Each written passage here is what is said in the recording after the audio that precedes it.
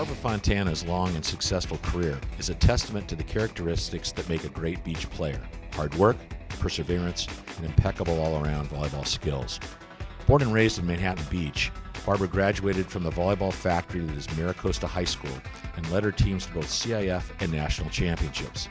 She went on to be a 4-year starter at Stanford, where her teams made it to the Final Four each year. At 5'6", she was almost always the smallest hitter on the court, but with an explosive jump and arm swing, she went toe-to-toe with opponents a full head taller. Fontana's professional beach career spanned over 25 years, and she's played in an astonishing 301 professional tournaments, second all-time. To put that in perspective, during her career, we changed presidents 5 times, bathing suit styles changed at least 6 times, and the rules of beach volleyball changed at least 20 times. Barbra graduated from law school, passed the bar, actively practiced law, got married, and had 2 children, all while competing full-time on the professional tour. During her 25 years as a professional, she won 20 domestic and international events and finished in the top 5 184 times. She partnered with many of the best players of her generation, beginning with beach volleyball legend and high school classmate Holly McPeak. She enjoyed the longest and most successful partnerships with Diane Denicochet, Lori Forsyth, Linda Hanley, and Lisa R.C., but also found success with Carrie Dodd, Elaine Youngs, Jennifer Kessy, Deb Richardson, Jenny Kropp, Elaine Youngs, and many others. Barbra was the prototype defender. She was as quick as they come and could cover as much court as any player on tour. She was also a pinpoint passer and precise bump setter with flawless ball control. Opponents would often look at Barbra's height and assume that the one area they could exploit was her offense. Bad assumption. Barbra possessed one of the best jumps on the beach and would punish anyone who underestimated her attacking skills. Having grown up on the sands of Manhattan, Barbra's greatest victory came at the 2001 Manhattan Open, where she beat Lisa R.C. and Holly McPeak in the finals to have her name inscribed on the pier. But her proudest moment came in 1996 when she and partner Linda Hanley represented the United States at the Atlanta Olympic Games and became part of history as a member of the first USA beach volleyball Olympic team. After retirement, Barbra continues to be actively involved in the sport, coaching both professionals and the next generation of young players.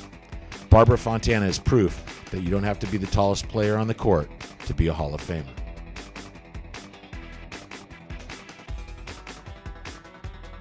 Brazil one time in the middle of the match, and sure enough, I can see it. She kind of glazes over. I'm like, oh, she's bonking. And in Brazil, it was so great because they had huge trash cans at each court that had the water in it, and you would dip your towel in it and, you know, cool off or whatever. And sure enough, she's bonking so bad that I got time out. I look at Barbra, I go, you gonna be okay? And zombie-like, she just walks right off the court, walks right to the trash can, and climbs in. Swear to God, to the trash can. And all you could see was her little eyes. And I'm like, oh my God. She's in there for a while, another time at medical, she'll be fine, you know. Finally, she climbs out and we get back on the court and we're able to win the match. But that was, yeah, no, that happened. But I must say that she did, that was the only thing that we had to watch for, but everything else she did so well. I think everybody knows that her skills, her volleyball skills, are some of the best in the business. She had an incredible hand on the ball. She just was, it was like the Rose Queen, right? Cut, line, cut, line, cut, line, cut, line, cut, line. I mean, it was just relentless, right, what she could do. And Lori told me to tell you, she taught you the cut shot. Okay. But the most important thing was her vision. Her vision was so incredible. Her vision up in the air, mid-swing, was better than mine on the ground after setting her and looking across the court. I still couldn't call where to go, and she could see the ball better than I you know, line, angle, langled. I don't know, you're on your own, and she would still, right? She'd still, you know, and the only way that she needed help was because I'd set her that, you know, that 2-set that would go like 4 feet off the net, you know, back breaking, whatever.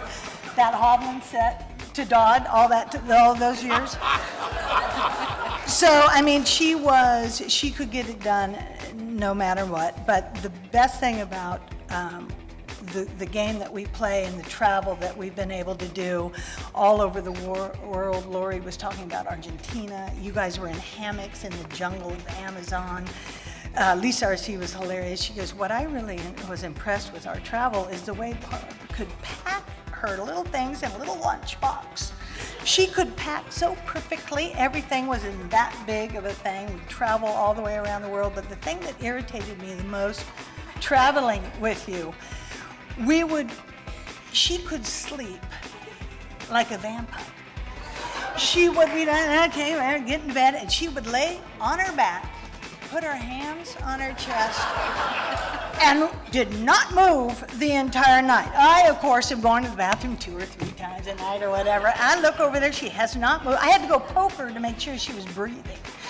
Every night, oh, I'm so good, or whatever. So that was, tough thing about the traveling. But I will say, you were an incredible player, partner, and a friend. And your family was so supportive. Art and Jane and your mom, to be able to see you guys every tournament was so great for us. It was a privilege to be one of your partners, and I must say, because of you, we're able to call ourselves Olympians, and I love you for it. Thank you.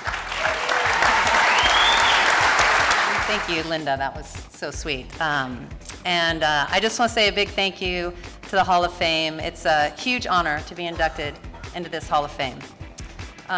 Beach volleyball has been such a wonderful part of my life, and I feel so fortunate to have been able to make a living doing something that I love, and meeting all the wonderful people that I met, and seeing these amazing places as we traveled all over the world. I do want to thank my family and my friends for always supporting me with my endeavors and helping me not only reach my dreams and my goals, but also enjoying the ride.